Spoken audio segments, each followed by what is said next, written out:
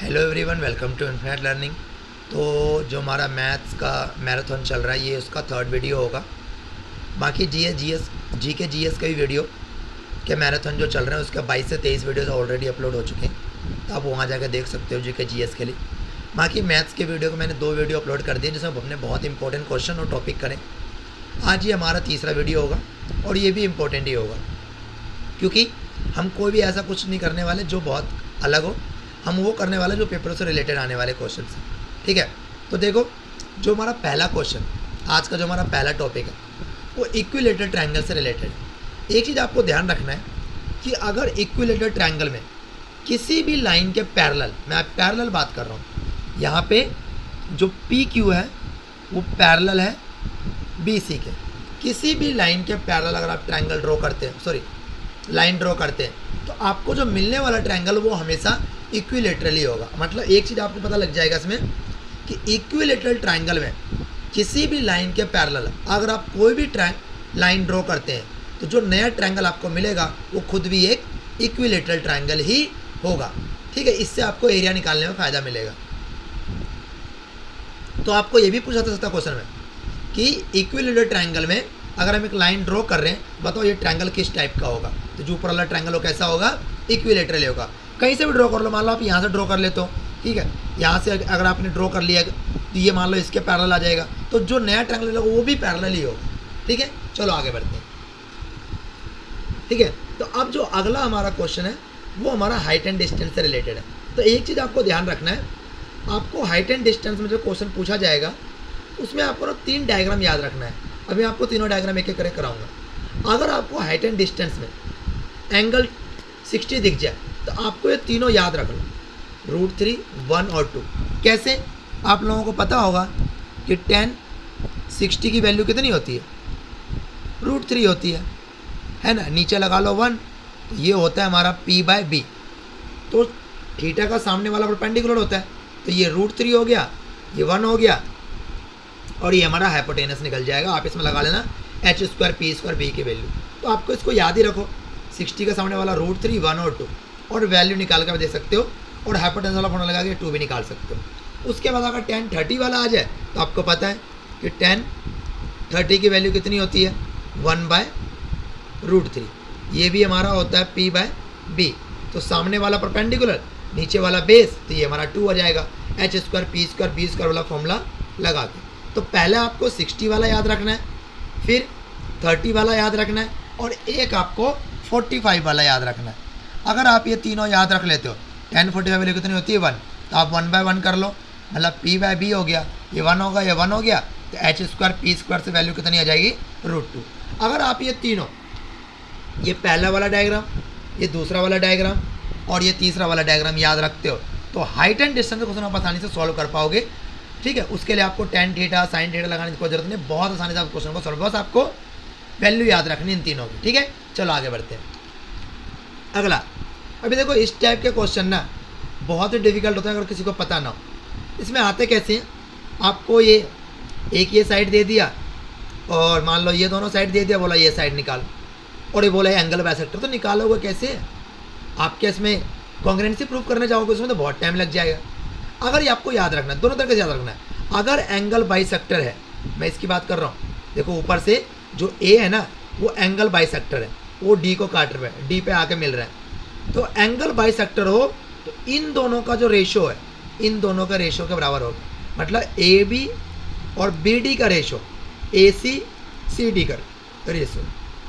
इसको ऐसे भी लिख सकते हो कि जो इन दोनों का रेशो है, मतलब ए बी और ए सी का रेशो, वो बी डी और सी डी का रेशो के बराबर होगा, ठीक है। चाहे आप इन दोनों का रेशो इक्वल होगा जब एंगल बाइसेक्टर, मैं फिर रिपीट कर रहा हूँ, जब एंगल बाइसेक्टर हो, किसी भी एंगल से कोई लाइन काट के आ रहा हो, तब की बात कर रहा हूँ मैं। जिस भी लाइन पे वो गिरेगा, इन दोनों का रेशो और इन दोनों का रेशो इक्वल होगा, या इन दोनों का रेशो इक्वल होगा। ए सी और बी डी, ए बी और बी डी, ए सी और सी डी रेशो इक्वल होगा, ए बी और ए सी, बी डी और सी डी का भी रेशो इक्वल होगा। इसको बोलते हैं एंगल बाइसेक्टर। इससे आप कोई ना कोई क्वेश्चन बहुत ही ईजिली निकाल पाओगे, आपको जरूरत नहीं पड़ेगी कॉन्ग्रुएंसी प्रूफ करने की, ठीक है। चलो आगे बढ़ते हैं। ठीक है। अब चलो आगे देखो, एक चीज़ है, आपने सम ऑफ एंगल ऑफ ट्रायंगल पढ़ी होगी, इंटीरियर एंगल पढ़ी होगी, एक्सटीरियर एंगल के फॉर्मूले पढ़े होंगे, ठीक है। इंटीरियर का फॉर्मूला पढ़ा होगा आपने n-2 × 180, किसी भी जैसे ट्रायंगल का पढ़ते हो ना आप कि ट्रायंगल का एंगल का सम कितना होता है 180 होता है, क्वाड्रिलेटरल कितना होता है 360 होता है। ऐसे ही ना स्टार वाले एंगल का होता है। देखो मैंने एक स्टार बना रखा है, तो स्टार वाले एंगल का सम अगर आपको निकालना हो ना तो ये फॉर्मूला याद रख लो, ठीक है। सिर्फ आपको इसको काउंट करना है, एन को कितने एंगल बन रहे हैं यहाँ पे 1 2 3 4 5 पुट करो एन की जगह और सॉल्व करो, आंसर आ जाएगा, ठीक है। 5 पुट करो, 5 - 4 1 होगा, तो इसका आंसर 180 होगा एंगल का। ऐसे बहुत स्टार जो होते हैं उसमें बहुत सारे एंगल बन सकते हैं, है ना। ये तो मैंने एक सिंपल स्टार बनाया, ठीक है। वो कुछ कॉम्प्लिकेटेड स्टार बना कर दे दे, उसमें मान लो 9-10 एंगल बन रहे हो, तो आपको एन की जगह 10 लिखना है। ये स्टार के लिए सिर्फ फॉर्मूला है। अगर आपका स्टार बन रहा है ना तो स्टार वाले में आप n - 4 × 180, बहुत इंपॉर्टेंट फॉर्मूला बता रहा हूँ आपको, ठीक है ना। n - 4 × 180 स्टार के लिए, ठीक है। स्टार में ना अगर आप ये 2 वाला भी बनाओगे तो कम से कम 5 एंगल बनेंगे स्टार वाले में, ठीक है। कम से कम 5 एंगल बनेंगे, इसलिए n - 4 लिखा है, ठीक है। चलो आगे बढ़ते हैं। अब जैसे सर्कम सेंटर है, सर्कम सेंटर होता क्या, तो देखो सर्कल के अंदर एक सर्कल है, सर्कल के अंदर एक ट्रायंगल है, वो ट्रायंगल में जो ये एल्टीट्यूड है, ये सारे क्या है, एल्टीट्यूड भी है और मीडियन भी है, एल्टीट्यूड भी है मीडियन भी है। तो ये देख रहे हो आप, ये रेडियस, ठीक है। तो अगर सर्कल के अंदर ट्रायंगल हो तो अंदर वाले को क्या बोलते हैं, सर्कम सेंटर। सर्कल के अंदर ट्रायंगल हो, अंदर वाले को क्या बोलते हैं, सर्कम सेंटर। और याद रखना है आपको, अगर ये एक्यूट एंगल ट्रायंगल हो तो सर्कम सेंटर अंदर की तरफ बनेगा। ये भी पूछ लेते कोई कि एक्यूट एंगल ट्रायंगल में सर्कम सेंटर कहाँ बनता है, अंदर की तरफ। और ये जो आर है क्या बोलते हैं इसको, सर्कम रेडियस, ठीक है, सर्कम रेडियस। सर्कम सेंटर में सर्कम रेडियस ही होगा, सिंपल सी बात है। तो इसमें आपको इंपॉर्टेंट क्या याद रखना है, एक्यूट एंगल ट्रायंगल में जिसके सारे एंगल 90 से कम होते हैं उसका सर्कम सेंटर ट्रायंगल के अंदर ही होता है, उसका circum centre acute angle triangle के अंदर ही होता है। तो ये आप देख रहे हो, ये सर्कम सेंटर है, ये हमारा सर्कम सेंटर है। और अगर ये ऑब्ट्यूस एंगल ट्रायंगल हो तो ऑब्ट्यूस एंगल ट्रायंगल में जो सर्कम सेंटर होता है वो ट्रायंगल के बाहर बनता है, वो ट्रायंगल के बाहर बनता है।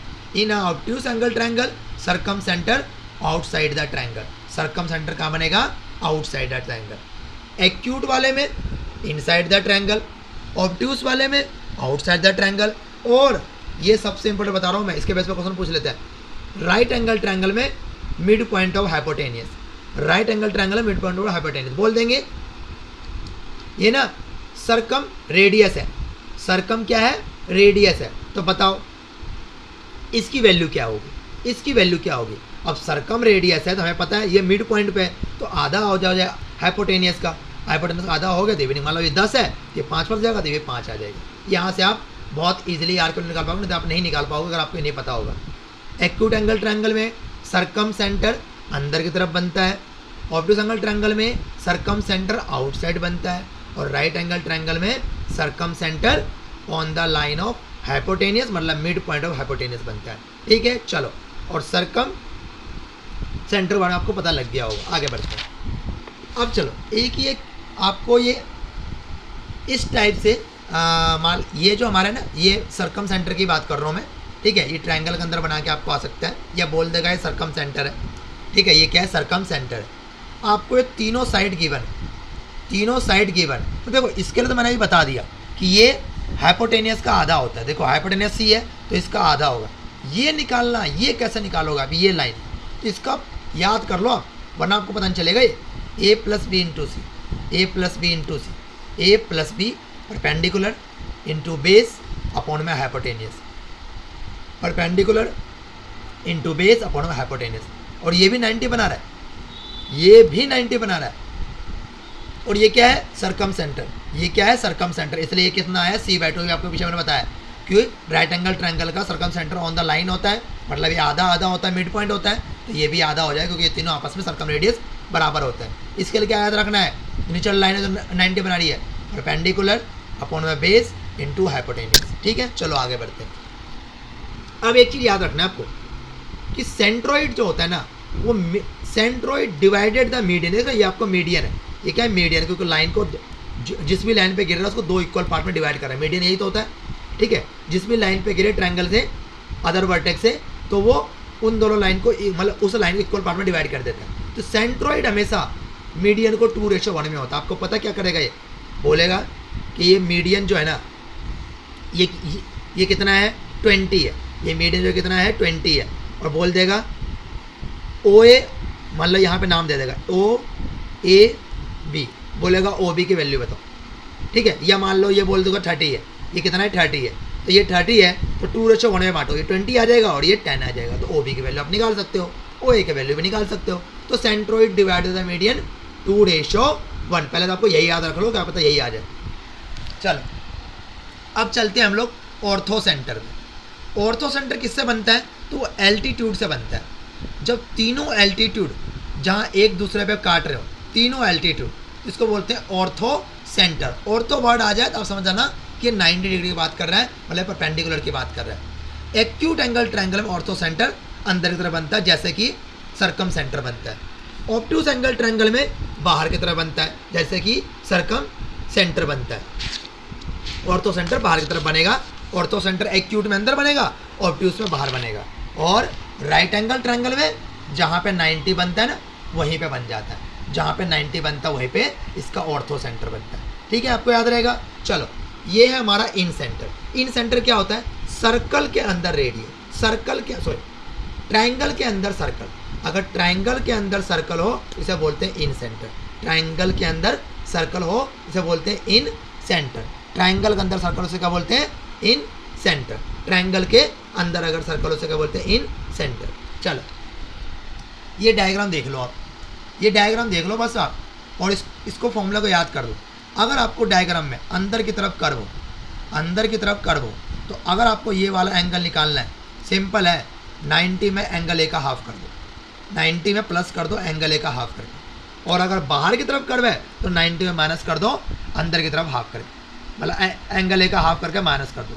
90 है, एंगल ए का हाफ करा, प्लस कर दिया। अगर अंदर की तरफ कर्व है और बाहर की तरफ है तो 90 में माइनस कर दो, एंगल ए का हाफ करके। दोनों आपको याद रखना है, छोटा सा है। आगे बढ़ते हैं, चलिए ये लो, बहुत ही इंपॉर्टेंट बता रहा हूँ मैं आपको, ये वाला बहुत ज़्यादा इंपॉर्टेंट। अगर आपको ऐसा डायग्राम दिख जाए, ठीक है, और ये वाला एंगल निकालने को बोले, तो कहाँ आप exterior angle property, angle sum property लगाने जाएंगे। ये वाला एंगल निकालना है, ये वाला एंगल आपको बी दे रखा होगा, सी दे रखा होगा, या ये ए दे रखा होगा, बी दे रखा होगा, सी आप निकाल लेना एंगल सम प्रॉपर्टी लगाकर। EAD ये वाला एंगल निकालना है आपको, ये वाला सिंपल है, बी और सी को माइनस करो। अब दोनों में से जो बड़ा है उससे माइनस करना, ठीक है। मत बोलना कि यहाँ पे तो सी बड़ा होगा तो क्या होगा भाई, दोनों में से जो माइनस हो उसके साथ फॉर्मूला चेंज जाएगा। दोनों बड़े में से छोटे को माइनस करना और हाफ कर देना, आपको ये एंगल मिल जाए, बहुत ईजिली आपको ये एंगल मिल जाए, ठीक है। कभी कभी ये एंगल चाहिए होगा, ये एंगल दे रखा होगा, ये निकालना पड़ेगा। तो बहुत अलग तरीके से क्वेश्चन पूछा, आपको ये प्रॉपर्टी याद रखना इस तरीके का, ठीक है। चलो आगे बढ़ते हैं। अब ये देखो, ये BPSC में पूछा गया क्वेश्चन, ये तो बहुत ही इंपॉर्टेंट है। तो इसमें आप पाइथागोरस थ्योरम लगाने नहीं जाओगे भाई, 90 डिग्री है तो चलो पाइथागोरस थ्योरम लगा के पता करते हैं इसका आंसर क्या होगा। अरे सीधा याद रखो, देखो ये लाइन और ये लाइन पैरेलल है, देखो ये इससे मिल रहा है, ये इससे मिल रहा है। 90 वाला एक राइट एंगल ट्रायंगल ये वाला बन रहा है, एक राइट एंगल ट्रायंगल बड़ा वाला बन रहा है, एक राइट एंगल ट्रायंगल ये वाला बन रहा है, एक राइट एंगल ट्रायंगल नीचे वाला बन रहा है। सिंपल याद रखना आपको, देखो AM का स्क्वायर, AC का स्क्वायर और NM का स्क्वायर, मतलब ए दोनों हाइपोटेनस का स्क्वायर। देखो दो हाइपोटेनस देखा हुआ, NM 97 वाला क्या होता है, हाइपोटेनस, मतलब ये वाला हाइपोटेनस, ये वाला हाइपोटेनस, इन दोनों का जो सम होगा NM का और AC का, इन दोनों का जो सम होगा ना, वो इसका और ये वाला जो आ रहा है, मतलब AM और NC, इन दोनों का सम के बराबर होगा। AN और NC इन दोनों का सम के बराबर होगा, इन दोनों के सम के बराबर होगा, ठीक। फिर दोबारा सुन लो, AC का स्क्वायर, NM का स्क्वायर, AM का स्क्वायर प्लस CN का स्क्वायर के बराबर होगा। आपको तो याद रखना है, आप देख लो किस तरीके से याद रखना है। उसके बाद अगर यहाँ पे क्या NM और AC में रिलेशन है, रिलेशन है भी। जो NM है ना वो हाफ ऑफ AC है, जो NM है वो हाफ ऑफ AC है, इसीलिए 5/4 AC के बराबर आया। पुट करके चेक कर लेना, जो NM है, यहाँ पे जो NM है वो हाफ ऑफ ए सी है। ठीक है, सीधा पुट करना आपको 5/4 AC, ये आया था सेम रिजल्ट डिट्टो VPSC में। ठीक है, चलो आगे बढ़ते हैं। अब ऐसे ही उसी को लगाया है। जो ये BD है ना, जो ये BD है, जो ये BD है, ये क्या है, इसका मिड पॉइंट है, मतलब सरकम रेडियस है। ठीक है, सरकम सेंटर की बात कर रहा है। तो आपको AM और CN जो होगा 5BD के स्क्वायर के बराबर होगा। ठीक है, ये आपको याद रखना, क्योंकि AC जो यहाँ पे जो AC है ना, AC वो BD के ट्वाइस है, क्योंकि देखो ये सरकम रेडियस है ना, तो दोनों बराबर होते हैं। R प्लस R हाइपोटेनस पे मिड पॉइंट पे होता है, ये 90 डिग्री है। ठीक है, चलो आगे बढ़ते हैं। जो हमारा अगला है, देखिए ये देखो आप, ये एक राइट एंगल ट्राइंगल है और मैंने बीच में से एक लाइन ड्रॉ कर ली। ये दोनों भी राइट एंगल ट्राइंगल है। अब इसको करना क्या है आपको, जैसे मान लो 90, तो मैंने इसको थीटा मान लिया। ये कितना होगा 90 माइनस थीटा, क्यों, क्योंकि ट्राइंगल का सम कितना होता है 180। अब ये 90 माइनस थीटा हो गया, तो कितना हो जाएगा थीटा, ये बचा कितना 90 माइनस थीटा। फिर दोबारा समझाता हूँ मैं आपको, ये 90 था, इसको हमने थीटा माना, ये कितना होगा 90 माइनस थीटा, क्योंकि 180 हो गया ना, ये पूरा 90 है, तो बच्चा कितना है, जब ये 90 माइनस थीटा है, ये कितना होगा थीटा होगा, तभी तो दोनों का सम 90 होगा। तो देखो ये 90, ये थीटा, देखिए कितना होगा 90 माइनस थीटा। अब यहाँ से आपको याद रखना है, इसमें सारे ट्रायंगल कॉन्ग्रेंट है, दोनों छोटे वाले भी कॉन्ग्रेंट है, बड़े वाले के छोटे वाले भी कॉन्ग्रेंट है, और बड़े वाले के छोटे वाले भी कॉन्ग्रेंट है। ठीक है, तीनों ट्रायंगल इसमें कॉन्ग्रेंट है। ये आपस में भी कॉन्ग्रेंट है, ABD और BCD ये दोनों भी कॉन्ग्रेंट है। बड़ा वाला ट्रायंगल और छोटा वाला ट्रायंगल ये भी कॉन्ग्रेंट है, बड़ा वाला ट्रायंगल और छोटा वाला ट्रायंगल ये भी कॉन्ग्रेंट है। चलो अब देखो कैसे लिखते हैं इसको। मैंने कैसे लिखा, यहाँ से जाओ, देखो यहाँ से थीटा के सामने कौन है, AD, थीटा के सामने क्या है AD, तो मैंने AD लिखा। यहाँ थीटा के सामने क्या है BD, तो मैंने BD लिख दिया नीचे। कॉन्ग्रेंसी में आप ऐसे ही करते हैं, जब आपको सिमिलैरिटी प्रूव करते हैं ना, सॉरी सिमिलैरिटी, तो सेम ऐसे ही होता है। यहाँ देखो, यहाँ थीटा के सामने क्या है, थीटा के सामने है AD, यहाँ थीटा के सामने क्या है BD, यहाँ 90 के सामने क्या है BC, 90 के सामने क्या है BC, यहाँ 90 के सामने क्या है AB। ठीक है, अब देखो यहाँ पे ये वाला BD देखो, ठीक है, तो यहाँ देखो, यहाँ थीटा के सामने क्या है BD है, यहाँ थीटा के सामने क्या है AD है। बस आपको ये लिखना है, उसके बाद ये रिजल्ट आपको याद कर लेना। ठीक है, देखो दोबारा करके एक बार चेक कर लेना कि देखो थीटा के सामने यहाँ क्या है AD, यहाँ थीटा के सामने क्या है BD, 90 के सामने क्या है, 90 के सामने देखो, 90 के सामने वाला देखो क्या है BD, और यहाँ 90 के सामने क्या है DC। उसके बाद यहाँ 90 माइनस थीटा की बात कर रहा हूँ, 90 माइनस थीटा के सामने क्या है BD, यहाँ 90 के सामने क्या है DC, यहाँ 90 के सामने क्या है AB, और यहाँ क्या है 90 के सामने BC। बस आप यहाँ से करोगे तो BD का स्क्वायर। आपको सिंपल याद रखना, देखो मैं याद करने तरीका बताता हूँ। ये BD है ना, तो BD है तो AD इंटू DC होगा, BD है तो AD इंटू DC होगा, BD का स्क्वायर AD इंटू DC का। और आपको अगर AB पूछ ले, देखो AB पूछ ले, तो AB जैसे पूछेंगे ना AB, तो AC इंटू AD, AB पूछेगा तो AC इंटू AD, और BC पूछे तो CD into CD into C। देखो AB में A को उठाया मैंने, AD इंटू बड़ा वाला AC, और BC में छोटा वाला ये वाला BC में CD इंटू बड़ा वाला AC। इस तरीके से आप इसे याद रख सकते हो। ठीक है, बाकी आप इसे देख लो, उतार लेना और इसको समझने की कोशिश करना। बहुत ही इंपॉर्टेंट रिजल्ट है, आपको याद रखोगे तभी कर पाओगे। ठीक है, इसको समझ भी सकते हो आप, जैसा मैंने एक करके दिखा आपको, मैंने बाकी निकाल के ऊपर दिखा रखा है। ठीक है, इसमें आप कर सकते हो। ये बड़े वाले ट्रायंगल लेना, आप एक आप बड़े वाला लेना, एक छोटे वाले लेना, अपने आप ये प्रूफ हो जाएगा। अगर आपसे ना हो मेरे को बताना, मैं इसको प्रूफ करके बताऊंगा। ठीक है, चलो आगे बढ़ते हैं। देखो एक ये क्वेश्चन है, आपको ये डायरेक्टली याद रखने हैं। देखो भाई एग्ज़ाम पास करने हैं तो कुछ चीज़ें, कुछ रिजल्ट आपको याद रखनी पड़ती है। ठीक है, हर बात के लिए नहीं कि हम तो समझेंगे, अरे समझना, समझो ना इसको। ये भी समझ सकते हो, ये भी एक हमारा 10th क्लास का क्वेश्चन है। ठीक है, ये दे रखा है, ये भी गिवन होगा, आपको P की वैल्यू बोलेगा, आपको सीधा पता ये रिलेशन याद रख लो, 1/P 1/A 1/B, यही सेम रिलेशन आया था। और इसी को मैंने सॉल्व यहाँ लिखा हुआ है A into B upon A plus B, क्योंकि इसमें आप लिखोगे, पुट करोगे बहुत टाइम लग जाएगा। ऐसे आप P की वैल्यू निकाल सकते हो, या यहाँ से कोई भी आप इनमें से निकाल सकते हो यहाँ पुट करके, अगर कोई भी दो गिवन है इसमें। ठीक है, आपको ये डायरेक्टली याद रखना, ये दोनों पैरेलल है। ठीक है, ये दोनों लाइन पैरेलल है। ठीक है, ये आपको डायरेक्टली याद रखना है। चलो आगे बढ़ते हैं। लो ये एक ट्रेपीजियम है, ट्रेपीजियम में दोनों लाइन के पैरेलल एक लाइन ड्रॉ करी और पता क्या पूछेगा आपको कि बताओ ये बीच वाला लाइन की वैल्यू क्या है, बीच वाली लाइन की वैल्यू क्या है। सिंपल है, दोनों को प्लस कर को आधा कर दो। आपको प्रॉपर्टी याद है तो आप कर पाओगे, नहीं याद है तो गया निकल गया क्वेश्चन आपका, ये तो नहीं होने वाला, चाहे कुछ भी कर लो आप। करोगे कैसे इसको, ठीक है ना, प्रूफ करोगे, ठीक है, कर लेना प्रूफ। बाकी तो जो लोग करना चाहते हैं इस क्वेश्चन को आप डायरेक्टली कर सकते हो। ट्रेपीजियम है ये एक ट्रेपीजियम है, इसके अपोजिट साइड गिवन होगा, बोलेगा एक लाइन पैरेलल ड्रॉ करी गई है इसके जो बीच में है इसके, तो बताओ इस लाइन की वैल्यू क्या होगी, सीधा a + b/2। ये देखो बहुत ही डिफिकल्ट होता है ये, इसको निकालना बहुत डिफिकल्ट होता है। फिर से ट्रेपीजियम है, ये डायगोनल है, डायगोनल से बना हुआ मिड वैल्यू, डायगोनल से बना हुआ मिड वैल्यू कैसे निकालोगे, बड़े में से छोटे को माइनस करो, 2 से डिवाइड कर दो, आंसर निकल गया। ठीक है, देखो ये एक 9th का थ्योरम होता था, 9th क्लास में हमने पढ़ी होगी, ठीक है, 9th क्लास का ये थ्योरम बहुत इंपॉर्टेंट होता था, ठीक है।